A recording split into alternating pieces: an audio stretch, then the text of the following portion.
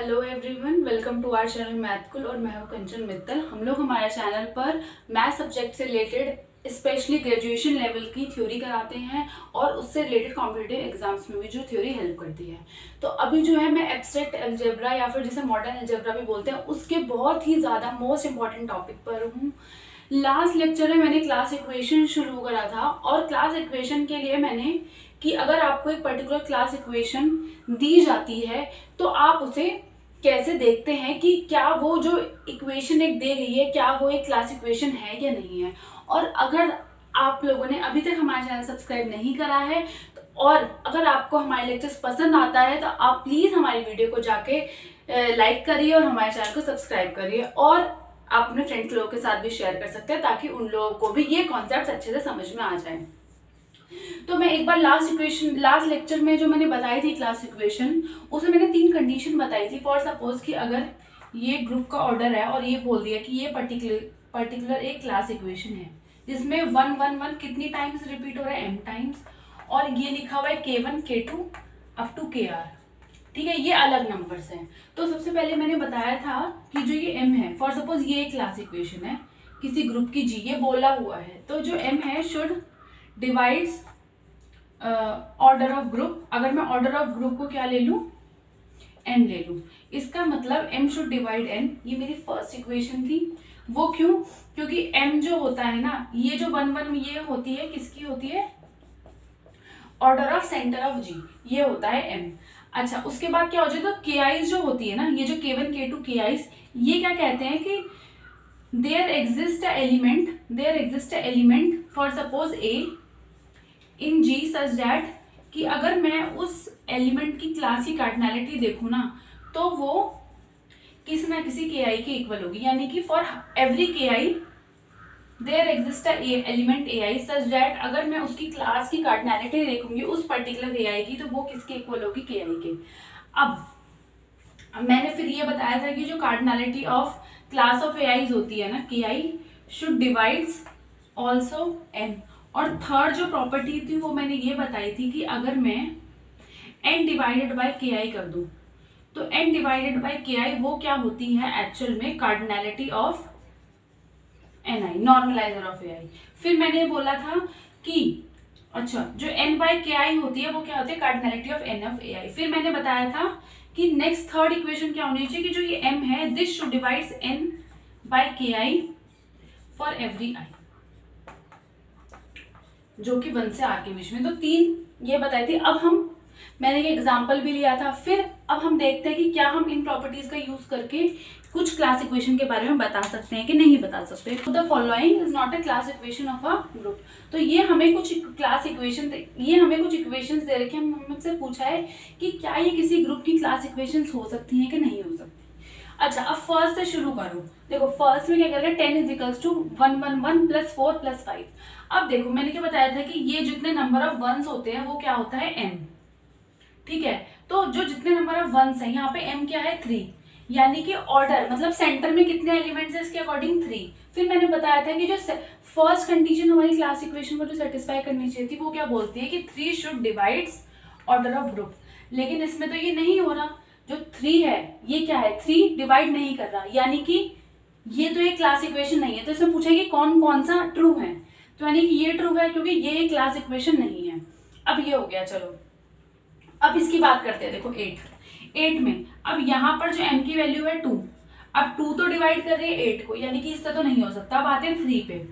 जो k1 है वो भी 3 है और k2 है वो भी 3 है इसमें। ठीक है, अब मैंने क्या कहा था कि each of the ki should also divide order of the group, यानी कि 3 को भी क्या डिवाइड करना चाहिए? 8 को, क्योंकि ये है ग्रुप का ऑर्डर, लेकिन 3 भी डिवाइड नहीं कर रहा, यानी कि ये भी एक क्लास इक्वेशन नहीं है। अब हम आते हैं 4 वाली पे। अब देखो एक ग्रुप है, मैंने बताया था लास्ट क्लास में मैंने डिस्कस करा था अबेलियन ग्रुप्स। अबेलियन ग्रुप्स में क्या होता है, उनकी क्लास इक्वेशन कैसे होती है? 1 + 1 + 1 कितने टाइम्स 1 आएगा? ऑर्डर ऑफ ग्रुप पे। तो अब देखो जो 4 ऑर्डर है, यानी कि क्या होता है कि 4 ऑर्डर का कोई ग्रुप है। मैंने बता रखा है कि 4 ऑर्डर का ग्रुप किस तरह की होता है, इधर ये क्लेंस ग्रुप हो सकता है या फिर ये Z4 हो सकता है। तो दोनों ही ग्रुप कैसे हो सकता है? अबेलियन। यानी कि अगर मैं 4 ऑर्डर की क्लास इक्वेशन लिखूंगी तो वो ये होगी, तो इस हिसाब से ये भी तो कोई क्लास इक्वेशन नहीं है, यानी कि यहाँ पर ये भी आंसर ट्रू हो गया। अब आते हैं इस ऑप्शन पे डी पे। अब देखो अगर मैं इसको जो मैंने अभी अभी जो कंडीशंस बताई, ठीक है, उससे अगर देखूं तो देखो ये है 1, ये है m, ये है k1 और ये है k2, ठीक है। तो सबसे पहले तो 1 डिवाइड 6 ये भी ट्रू है, 2 डिवाइड 6 ये भी सही है, 3 डिवाइड 6 ये भी सही है। और अगर आप लोग वो वाली कंडीशन सेटिस्फाई कराओगे कि n बाई के आई कर लो, n बाई k1 और n बाई k2, तो n बाई k1 क्या आएगा 3 और n बाई k2 क्या आएगा 2। तो अगर मैं देखूं तो 1 भी डिवाइड कर रहा है 3 को और यहाँ पर भी 1, यानी कि इसमें तो तीनों कंडीशन सेटिस्फाई हो रही है। तो इसके चांसेस हैं कि ये क्लास इक्वेशन बन जाए। अब देखते हैं कि किस ऑर्डर की, किस ग्रुप की ये क्लास इक्वेशन है। अब देखो 6 है, यानी कि ग्रुप का ऑर्डर क्या है 6, और मैंने 6 ऑर्डर के हमें दो बताया कि एक तो ये Z6 हो सकता है और ये S3 हो सकता है। लेकिन Z6 क्या है साइक्लिक, साइक्लिक मीन्स अबेलियन। मैंने अबेलियन की क्या बताया कि 1 1 1 होना चाहिए, लेकिन इसमें तो 2 और 3 भी आ रहा है, तो यानी कि ये तो नहीं हो सकता। यानी कि अगर होगा तो ये S3 ही होगा। और मैंने लास्ट लेक्चर में बताया है कि S3 की क्लास इक्वेशन एग्जैक्टली यही होती है, यानी कि ये जो है ये एक ग्रुप की क्लास इक्वेशन है। अब चलते हैं नेक्स्ट क्वेश्चन पे। सेकंड क्वेश्चन भी इसी में भी पूछ क्या रहा है कि कौन कौन सी इसमें से क्लास इक्वेशन नहीं है, लेकिन यहाँ पे सिर्फ ये ऑर्डर 10 के ग्रुप की बात कर रहे हैं, ठीक है। तो चलिए देखते हैं, पहले जो अभी हमने जो 3 कंडीशंस देखी हैं उससे ऑप्शंस डिस्कार्ड कर लेते हैं। तो पहले ऑप्शन में क्या है, अगर आप यहाँ पे नोटिस करो, ये देखो 3, फिर से यहाँ पर अगर m की बात करो तो वो 3 है, लेकिन जो 3 है वो कभी भी 10 को डिवाइड नहीं करेगा, ठीक है। इसका मतलब ये तो क्लास इक्वेशन नहीं है, तो पहला इस ऑप्शन के अकॉर्डिंग सही हो जाएगा, ठीक है। अब किसकी बात करते हैं, अब देखो यहाँ पर भी देखो 3, देखो इसमें सेंटर में एक ही एलिमेंट है, ये k1 है, ये k2 है और ये k3 है। अब लेकिन मैंने बताया था k आइज भी डिवाइड करना चाहिए, यानी कि इसमें भी 3 डिवाइड करना चाहिए, लेकिन 3 तो डिवाइड नहीं कर रहा, यानी कि ये भी कोई एक क्लास इक्वेशन नहीं है, ठीक है। अब देखो मैं अब डी को देखना, अब देखो यहाँ पे m क्या है 2 है, यानी कि सेंटर में 2 एलिमेंट है, ये क्या है k1 k2 k आइज। अब मैंने एक बताया था कि जो m है, थर्ड जो कंडीशन थी कि m should divides n by ki, ठीक है। अब यहाँ पे k1 देखो क्या है, k1 2 है ना, ठीक है। तो यहाँ पे क्या होना चाहिए, अगर मैं m करूँ तो यानी कि 2 should divides 10 by 2, this implies 2 should divide 5, लेकिन यहाँ पे क्या 2 डिवाइड करता है 5 को नहीं करता, तो यानी कि ये भी एक क्लास इक्वेशन नहीं है। बात आती है सी पर। अब देखो मैंने यहाँ पर मैं आपको बताती हूँ कि ये किसकी क्लास इक्वेशन है, D5 की क्लास इक्वेशन है। अभी हम DNs यानी कि डायहेड्रल ग्रुप्स एक एक करके सभी क्लास इक्वेशन बताएंगे, उसमें कितनी कंजुगेसी क्लासेस होते हैं वो डिटेल में डिस्कस करेंगे। लेकिन हाँ देखो ये एक बार दिख जाना चाहिए, क्योंकि मैंने बता रखा है कि अगर जो 2p टाइप के ग्रुप्स होते हैं, मैंने बताया कि वो किस टाइप के हो सकते हैं, इधर वो 2p होंगे या फिर वो dp होंगे, ठीक है। ये मैंने एग्जैक्टली बता रखा है। तो यहाँ पे क्या बन रहा है, ये 2p टाइप का बनना है ना, 5 × 2, तो इसलिए यहाँ पे D5 है। क्यों, अगर ये 2p होता यानी कि अगर ये Z10 होता तो Z10 कैसा अबेलियन, तो सारे क्या रहते हैं 1 1 1, लेकिन ऐसा नहीं हो रहा, यानी कि सिर्फ ये ही होगी क्लास इक्वेशन, ये जो 1 2। इस थ्योरम को हम एक रिजल्ट की तरह भी कह सकते हैं। तो थ्योरम बोल क्या रही है, अगर मेरे पास एक ग्रुप है कितने ऑर्डर का, Pn ऑर्डर का, और यहाँ पे P क्या है प्राइम, ठीक है। तो क्या होगा, अगर मैं इसका सेंटर में एलिमेंट्स लूँ तो वो हमेशा कैसे होंगे, मतलब number of elements in the centre of that group is always greater than equals to p। अब देखो मैं यहाँ पे आपको बताती हूँ, देखो अगर n इज इक्वल्स टू 1 है तो ग्रुप का ऑर्डर क्या हो जाता है p। अब देखो मुझे पता है अगर ग्रुप का ऑर्डर p है तो g किसका आइसोमॉर्फिक हो जाएगा, zp के, क्लियर। तो जैसे ही ग्रुप z के जो ग्रुप है वो zp के आइसोमॉर्फिक हो जाएगा, तो ये क्या हो जाएगा अबेलियन। तो इस केस में ग्रुप सेंटर का ऑर्डर क्या हो जाएगा p, तो इसमें इस केस में तो greater than equals to p हो गया, क्योंकि एग्जैक्टली p हो गया। अब मैं अगर n इज इक्वल्स टू 2 की बात करूँ, देखो n इज इक्वल्स टू 2 में ग्रुप का ऑर्डर क्या हो जाएगा p²। मैंने बता रखा है कि जो p² ऑर्डर के ग्रुप होते हैं वो 2 टाइप के होते हैं, वो क्या हो सकते हैं, इधर वो हो सकते हैं ZP² या ZP क्रॉस ZP। ये तो क्लियरली हमें साइक्लिक दिख रहा है, और मैंने ये भी बताया था क्योंकि ZP अबेलियन है तो इनका एक्सटर्नल प्रोडक्ट भी क्या हो जाएगा अबेलियन, तो उस हिसाब से जो p² ऑर्डर है वो भी अबेलियन है। तो इसका मतलब यहाँ पर भी जो ऑर्डर सेंटर होगा वो क्या आ जाएगा p², जो कि है greater than equals to p। यानी कि अगर मैं n इज इक्वल्स टू 1 और n इज इक्वल्स टू 2 के केस में बात करूँ तो ये चीजें एकदम ट्रू है, वो exactly group order of centre of G क्या आ जाएगा, एग्जैक्टली ग्रुप के ऑर्डर के इक्वल आ जाएगा। तो यानी कि हमें यहाँ पे किसकी बात करनी है, n greater than equals to 3 का केस है, क्योंकि n इज इक्वल्स टू 1 और n इज इक्वल्स टू 2 के लिए तो मैंने आपको बता ही दिया क्या होगा। ठीक है, तो चलिए स्टार्ट करते हैं इसको। तो सबसे पहले देखो, अगर ग्रुप अबेलियन है, ठीक है, देखो भाई हमें सारे केसेस लेके चलने पड़ेंगे ना। ठीक है, अगर ग्रुप अबेलियन है, केस 1,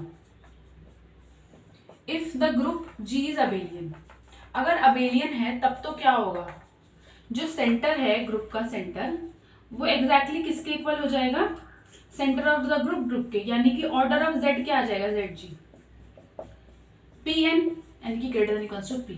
यानी कि अगर ग्रुप अबेलियन है तो उसके लिए तो कोई प्रॉब्लम है नहीं। यानी कि अब हमें बात करनी है किसके लिए, case number 2, group is non abelian. तो देखते हैं क्या होगा उस केस में। तो केस 2 है when the group is non abelian.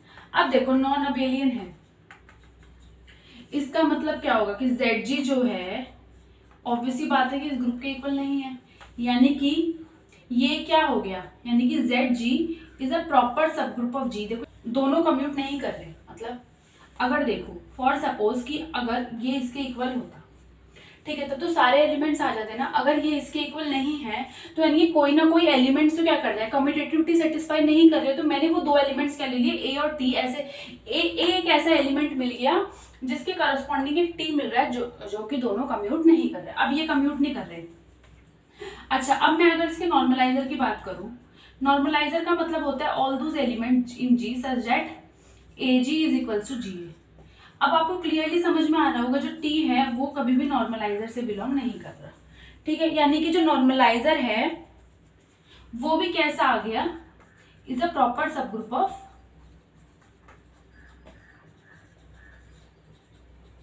G। यानी कि अगर मैं ऑर्डर ऑफ Na की बात करूं तो वो स्ट्रिक्टली लेस देन है ग्रुप के ऑर्डर से। अच्छा, अब देखो जो ये नॉर्मलाइजर ऑफ A है वो क्या है, एक सब ग्रुप मैंने प्रूव करा था कि ये that normalizer of A is a subgroup of the group G। यानी कि इसका जो ऑर्डर है वो इसके ऑर्डर को डिवाइड करेगा, क्योंकि हमने लेग्रांज थ्योरम से बताया है कि फाइनाइट ग्रुप्स में क्या होता है कि order of the sub group divides order of the group. This implies order of Na should divides P raised to power n। अब देखो नॉर्मलाइजर का ऑर्डर इसको डिवाइड करेगा P की पावर n को, यानी कि जो ऑर्डर होगा नॉर्मलाइजर का वो भी P की पावर ही होगा कुछ। लेकिन क्योंकि ये इसका प्रॉपर सब ग्रुप है, अब देखना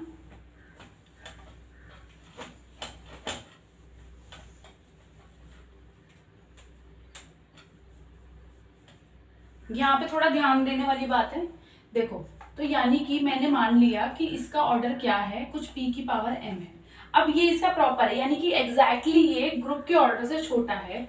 दिस इंप्लाइज अगर मैं m देखूं तो वो स्ट्रिक्टली लेस देन n होगा। स्ट्रिक्टली मैंने बोला है, इतना हम लोगों को समझ में आ गया। यहाँ पे एक बात ये नोट करने वाली है, जैसे ही मैंने इसको यहाँ पे प्रॉपर सब ग्रुप बोला था कि जो सेंटर है वो इसका प्रॉपर सब ग्रुप है, इसका मतलब कि एक एलिमेंट ऐसा हो रहा होगा जो सेंटर में नहीं बिलोंग कर रहा होगा। तो जो सेंटर में बिलोंग नहीं करेगा इसका मतलब उसके करस्पॉन्डिंग एक T मिलेगा such that AT is not equals to TA। And this is true for every element which will not belong to the centre of the group. ठीक है, तो यानी कि अब मैं यहाँ पे जिस एलिमेंट के नॉर्मलाइजर की बात कर रही हूँ वो कहाँ से है, वो सेंटर में से बिलोंग नहीं कर रहा है। अच्छा, इतना अब हमें पता चल गया। अब देखो अभी जब मैंने लास्ट लेक्चर में क्या देखा था कि ऑर्डर ऑफ ग्रुप वो होता है किसके इक्वल होता है, order of group divided by order of normalizer of A is exactly equals to the cardinality of class of A। ठीक है, इसका मतलब अगर मैं इस केस में देखूं तो ये क्या आएगी, P raised to power n divide by P raised to power m, यानी कि P raised to power n minus m। और यहाँ पे n minus m क्या है, स्ट्रिक्टली पॉजिटिव है। ठीक है, ये चीज ध्यान रखना। अच्छा, अब ये कार्डिनैलिटी ऑफ या फिर क्लास इक्वेशन निकली है, मतलब कार्डिनैलिटी ऑफ क्लास ऑफ ये उस हर एलिमेंट के लिए निकली है जो कि सेंटर ऑफ G को बिलोंग नहीं कर रहा। तो देखो बाय क्लास इक्वेशन हमारी क्या है, क्लास इक्वेशन की अगर मैं लिखूं डेफिनेशन या फिर जो एक्सप्रेशन है वो क्या बोलती है कि order of group is exactly equals to order of centre of G plus summation, यहाँ पे हम वो सारे एलिमेंट्स ले रहे हैं जो सेंटर से बिलोंग नहीं कर रहे,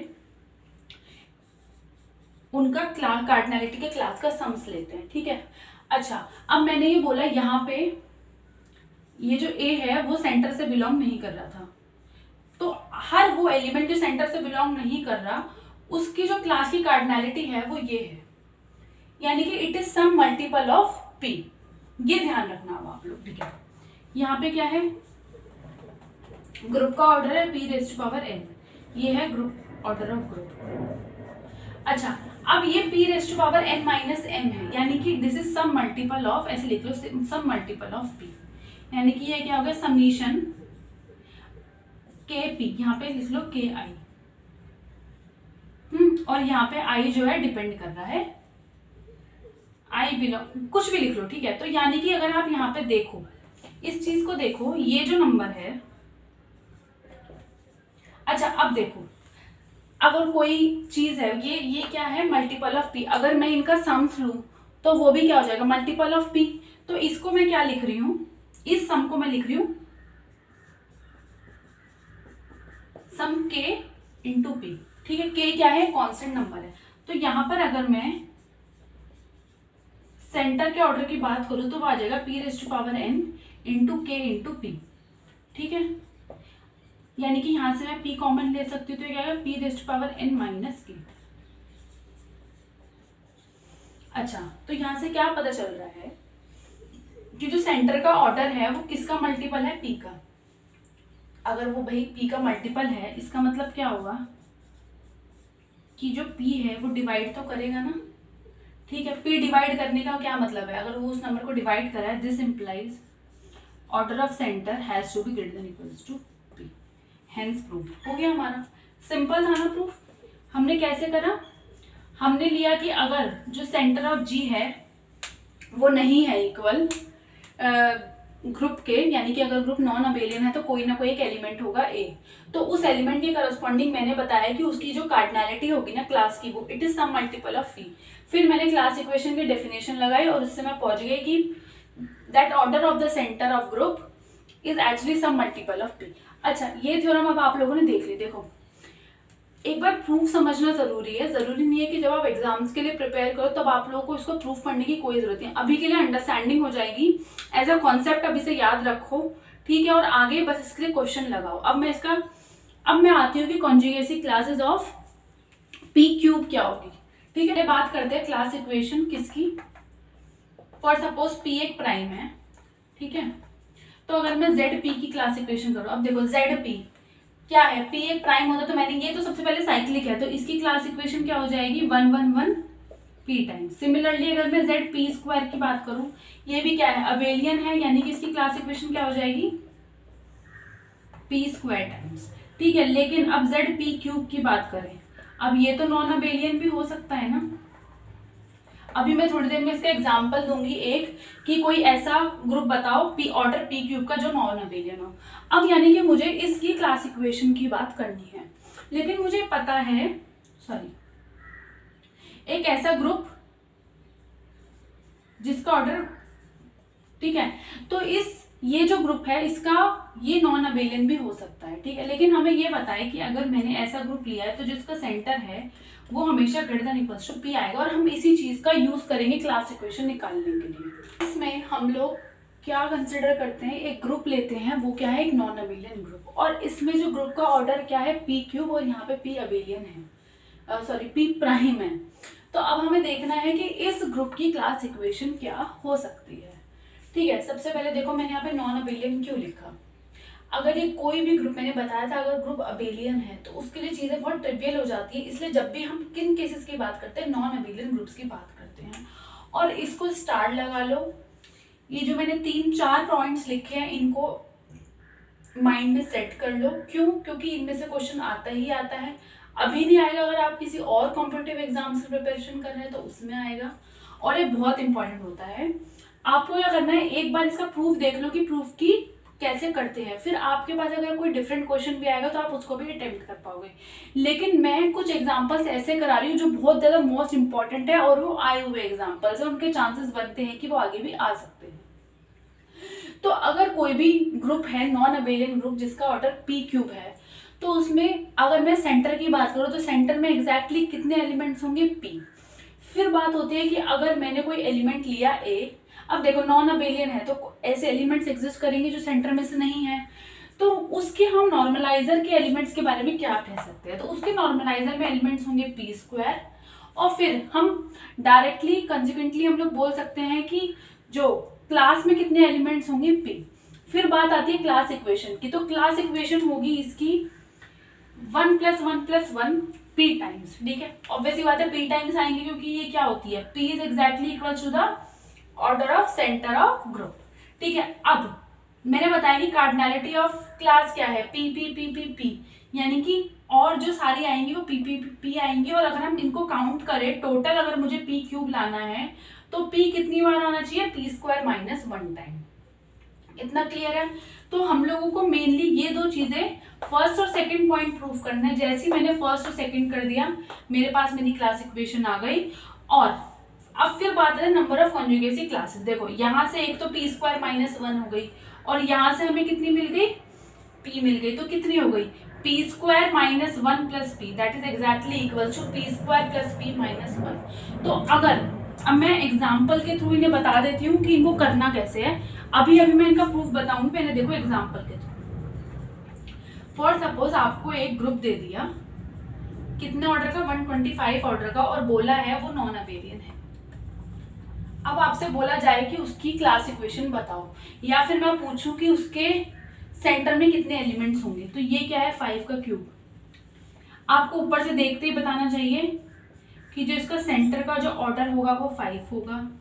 इसकी अगर मैं क्लास इक्वेशन लिखूं तो वो क्या आएगी, 1 + 1 + 1 + 1, 1 2 3 4 5, 5 बार तो ये आ गया, और 5 कितनी बार आ जाएगा, p स्क्वायर माइनस 1, यानी कि 5 square minus 1 that is 24 times, ठीक है। और नंबर ऑफ कॉन्जुगेसी क्लासेस, कितनी नंबर ऑफ कॉन्जुगेसी क्लासेस होंगी, वो क्या होंगी, दिस प्लस दिस, यानी कि 29।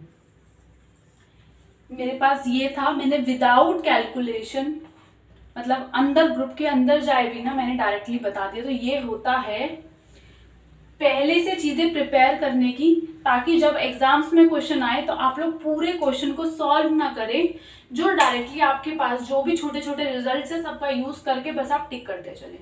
तो इसका ध्यान रखना।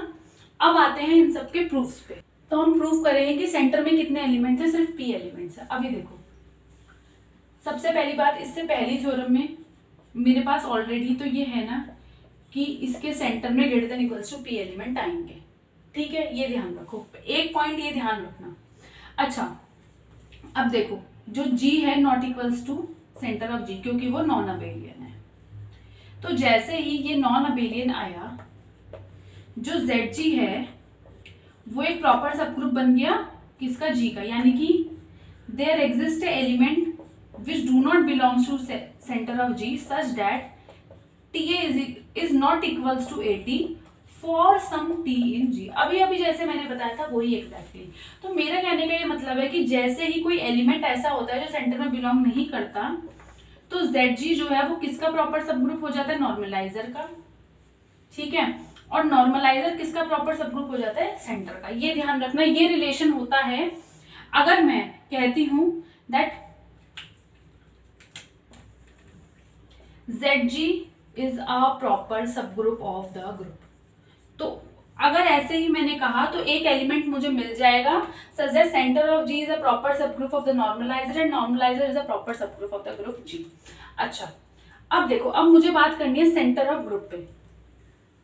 अच्छा, अब इस पे बात करते हैं। देखो, समझने का ट्राई करना, रटने का ट्राई मत करना। इसके ग्रुप का ऑर्डर है p क्यूब। अब देखो, ये इसका प्रॉपर सबग्रुप है नॉर्मलाइजर। तो नॉर्मलाइजर जब इसका प्रॉपर सबग्रुप है तो इसका ऑर्डर क्या क्या हो सकता है, इसका ऑर्डर हो सकता है 1 p स्क्वायर, इससे बड़ा तो नहीं हो सकता। अब आते हैं सेंटर ऑफ ग्रुप पे, ठीक है। अब इसका ऑर्डर क्या क्या हो सकता है भाई, ठीक है। अब इसका ऑर्डर हो सकता है greater than equals to p होगा, यानी कि हो सकता है p स्क्वायर, हो सकता है p क्यूब। अब देखो, p क्यूब तो नहीं हो सकता क्योंकि प्रॉपर सबग्रुप है। सिमिलरली अब आप देखो, अब हम बात करते हैं सबसे पहले इसके ऑर्डर की। क्या इसका ऑर्डर पी स्क्वायर हो सकता है?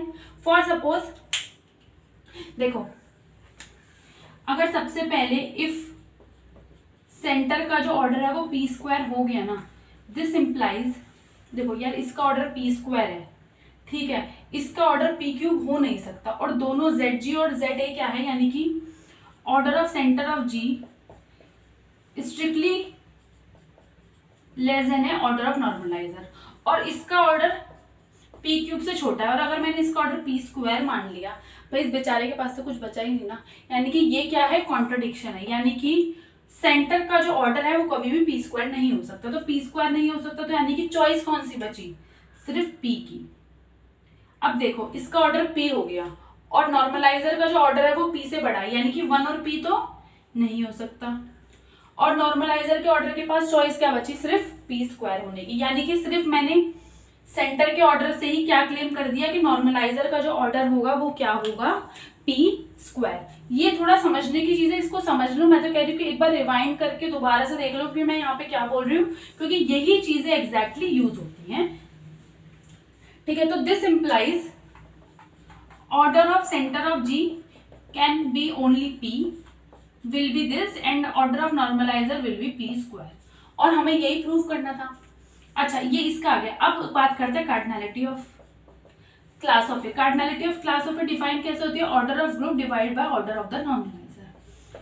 ऑर्डर ऑफ ग्रुप है पी स्क्वायर, ये है पी स्क्वायर, पी क्यूब, तो ये आ गई पी, यानी कि सिमिलरली हमें क्या पता चल गई, तो यहां से मैंने फर्स्ट पार्ट करा और ये मेरा सेकेंड पार्ट भी प्रूव हो गया कि जो cardinality of the class of a, और ये एक ऐसा है, ये वो एलिमेंट है जो सेंटर में नहीं है, वो एलिमेंट्स के लिए जो सेंटर में नहीं है उनके लिए कार्डिनलिटी ऑफ क्लास ऑफ ए क्या आएगी, पी आएगी। अच्छा, अब ये हमें चीजें पता चल गई। अब आते हैं क्लास इक्वेशन पे। तो कितना इजी था ना, कितना लंबा था, मतलब लंबा लग रहा था, लेकिन अगर हमें चीजें, हमें कॉन्सेप्ट या हमारे पास टूल हो तो चीजें बहुत इजी हो जाती है।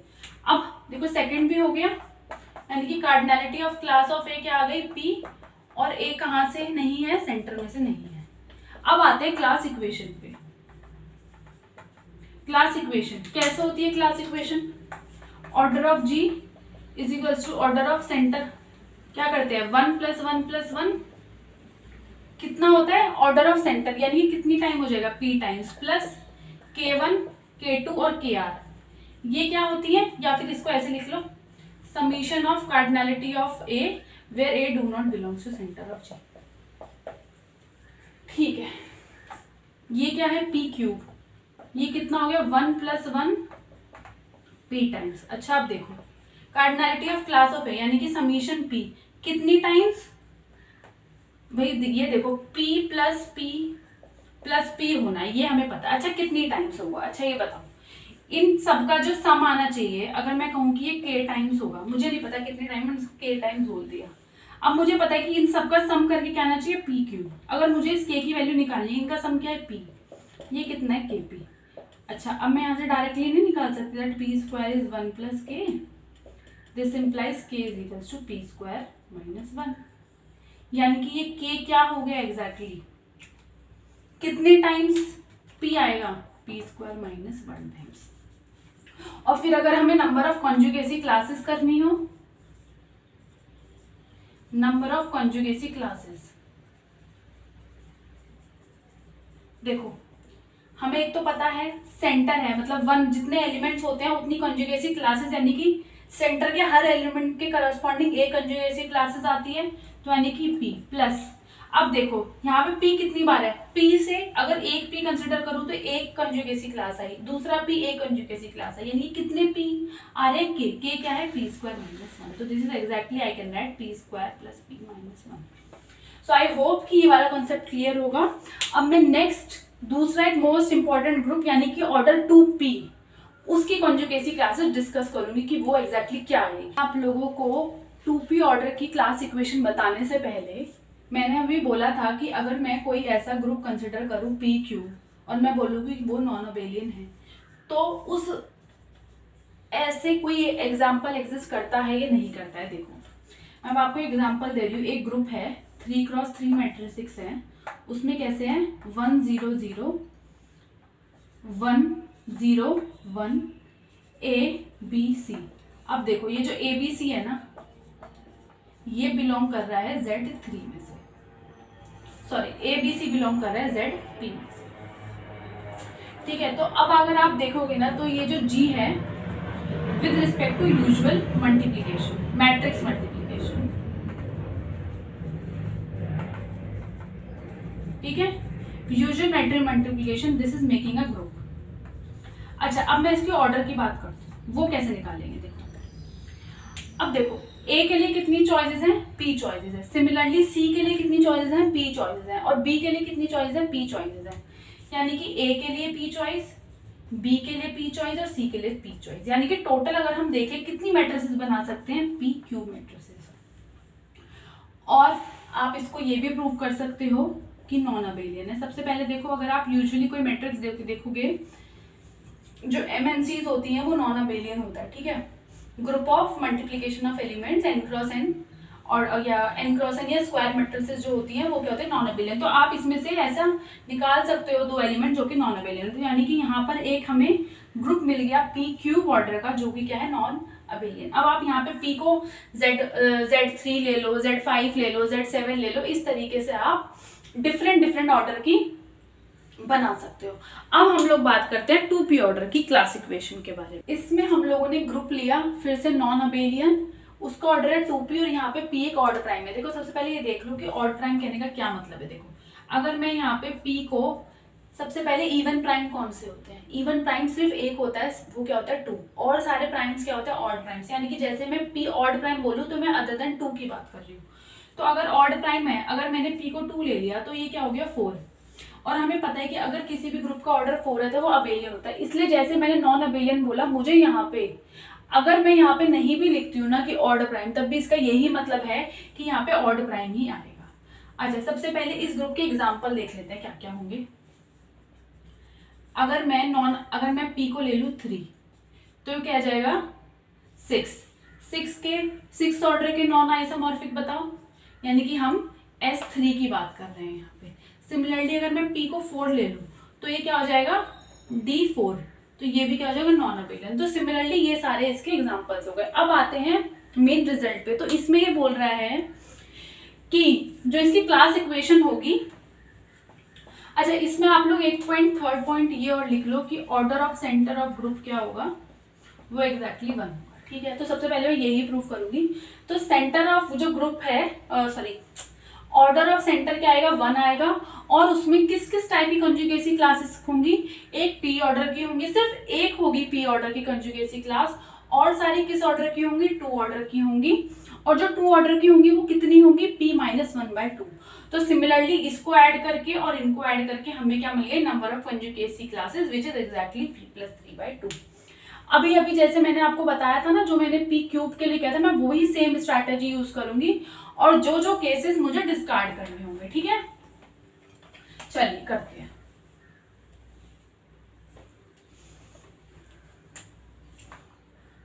प्रूफ या फिर सॉल्यूशन, जो भी कहना चाहें।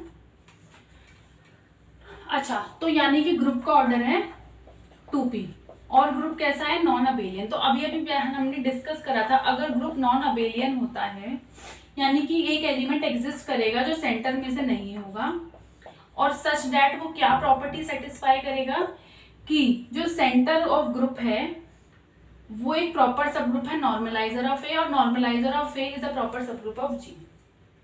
अच्छा, अब ये इसका प्रॉपर सब ग्रुप है और ये इसका प्रॉपर सब ग्रुप है। सबसे पहले चॉइसेस देख लेते हैं क्या क्या होंगी। अब देखो इसका ऑर्डर क्या है 2p, तो यानी कि देखो इसके पास चॉइस क्या हो सकती है, 1 हो सकता है, 2 हो सकता है या p हो सकता है। सिमिलरली अब ये प्रॉपर है तो देखो ये 1 तो नहीं हो सकता, क्योंकि अगर 1 इसके पास भी आ सकता है तो 1 तो नहीं हो सकता, ये 2 हो सकता है, ये भी p हो सकता है। अच्छा, सबसे पहले मैं बोलती हूं कि case 1, if order of centre of G is 2, ठीक है। ग्रुप के मतलब सेंटर में कितने एलिमेंट्स है, 2 एलिमेंट है, ठीक है। अच्छा, अब एक थ्योरम है, बहुत मोस्ट इंपॉर्टेंट थ्योरम है, जो मैं आगे के लेक्चर में बताऊंगी। आप इस में भी आप लोगों ने सुनी ही होगी, मैं उस थ्योरम को यहाँ पे मेंशन कर देती हूँ वो थ्योरम, और मैं लास्ट उसके नेक्स्ट लेक्चर में जब मैं फैक्टर ग्रुप बताऊंगी तो मैं उसे प्रूव करूंगी। वो क्या है, इफ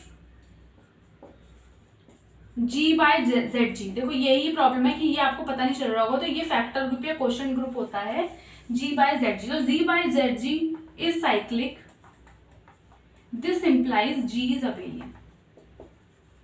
तो ये एक थ्योरम होती है जो मैं यहाँ पे यूज करूंगी। ठीक है, इसको बॉक्स में रखो।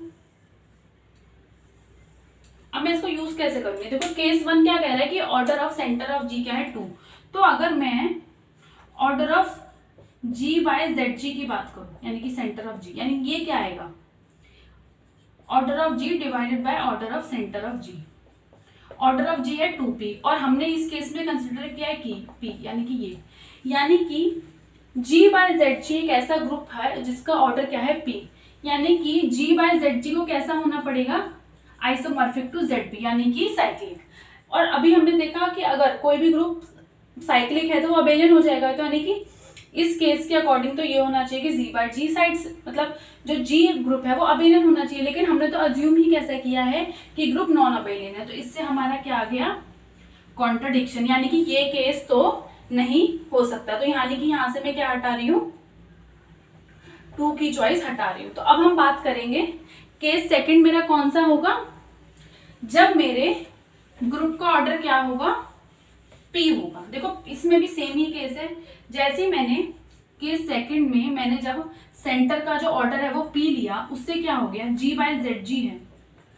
अगर मैं उसके ऑर्डर की बात करूं तो वो क्या हो गया, order of G divided by order of centre of G। वो क्या है 2p, और ये किससे डिवाइड हो गया, सेंटर ऑफ G क्या है P, यानी कि फिर से 2, यानी कि फिर से 2 क्या है, प्राइम है, यानी कि G बाय ZG किसके आइसोमॉर्फिक होना चाहिए, Z2 के। Z2 क्या है, cyclic, this implies G is abelian. और फिर से हमारे पास क्या आ गया, कॉन्ट्राडिक्शन। कॉन्ट्राडिक्शन क्या है, यानी कि हम सेंटर का जो ऑर्डर है वो भी नहीं ले सकते, यानी कि सेंटर का जो ऑर्डर है उसके पास चॉइस क्या आई, सिर्फ 1 आई। ठीक है, ये चीज आपको समझने में आ जानी चाहिए। ठीक है, अब देखो, यानी कि हमने क्या प्रूव करा कि जो सेंटर का ऑर्डर है वो क्या है, 1 है। अब देखो नॉर्मलाइजर का जो ऑर्डर है वो 2 हो सकता है या p हो सकता है। ठीक है, मुझे नहीं पता, तो मैं मान के चलती हूँ। तो अगर मुझे क्लास इक्वेशन लिखनी है, देखो क्लास इक्वेशन की होगी 2p is equals to 1 plus. अब देखो फॉर सपोज मैंने मान लिया कि मैंने दोनों क्लासेस लिख ली कि एक, मतलब देखो नॉर्मलाइजर का ऑर्डर कुछ भी हो सकता है, 2 हो सकता है, p हो सकता है। अब मैंने एक बार तो इसको p मान लिया और एक बार 2 मान लिया, मतलब मैंने क्या करा कि एक कॉन्जुगेसी, एक ऐसी क्लास है जिसका ऑर्डर 2 है और एक ऐसी क्लास है जिसका ऑर्डर p है, मतलब हमें डिफरेंट डिफरेंट एलिमेंट्स मिल रहे हैं। अब देखते हैं अब आगे हम क्या कर सकते हैं। देखो अब क्या मैं यहाँ पे p लिख सकती हूँ, मतलब क्या मैं कह सकती हूँ कि अगर हो सकता है यहाँ पे p, देखो अगर यहाँ पे p होता है तो सम क्या होगा, p plus p, 2p plus 3, 2p plus 3, लेकिन यहाँ पे तो इनका सम क्या आना चाहिए, 2p आना चाहिए। यानी कि यहाँ पर मैं कभी भी p नहीं लिख सकती, यानी कि सिर्फ अगर p के करस्पॉन्डिंग कोई कंजुगेसी क्लास है ना, तो सिर्फ वो एक ही कंजुगेसी क्लास है जिसका ऑर्डर p है, और सारी यहाँ पे क्या आ जानी चाहिए, 2 ऑर्डर की आ जानी चाहिए, और मे बी वो कुछ k है।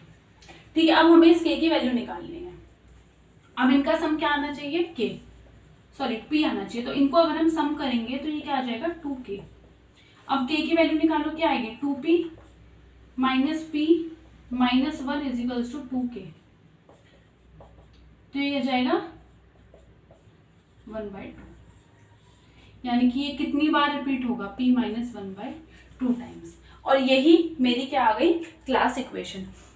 ठीक है, अब अगर हम बात करें नंबर ऑफ कॉन्जुगेसी क्लासेस की, तो वो तो हमने अभी भी बताया था। नंबर ऑफ कॉन्जुगेसी क्लासेस के लिए, नंबर ऑफ कॉन्जुगेसी क्लासेस के लिए हम क्या करते हैं, ऐड कर देते हैं।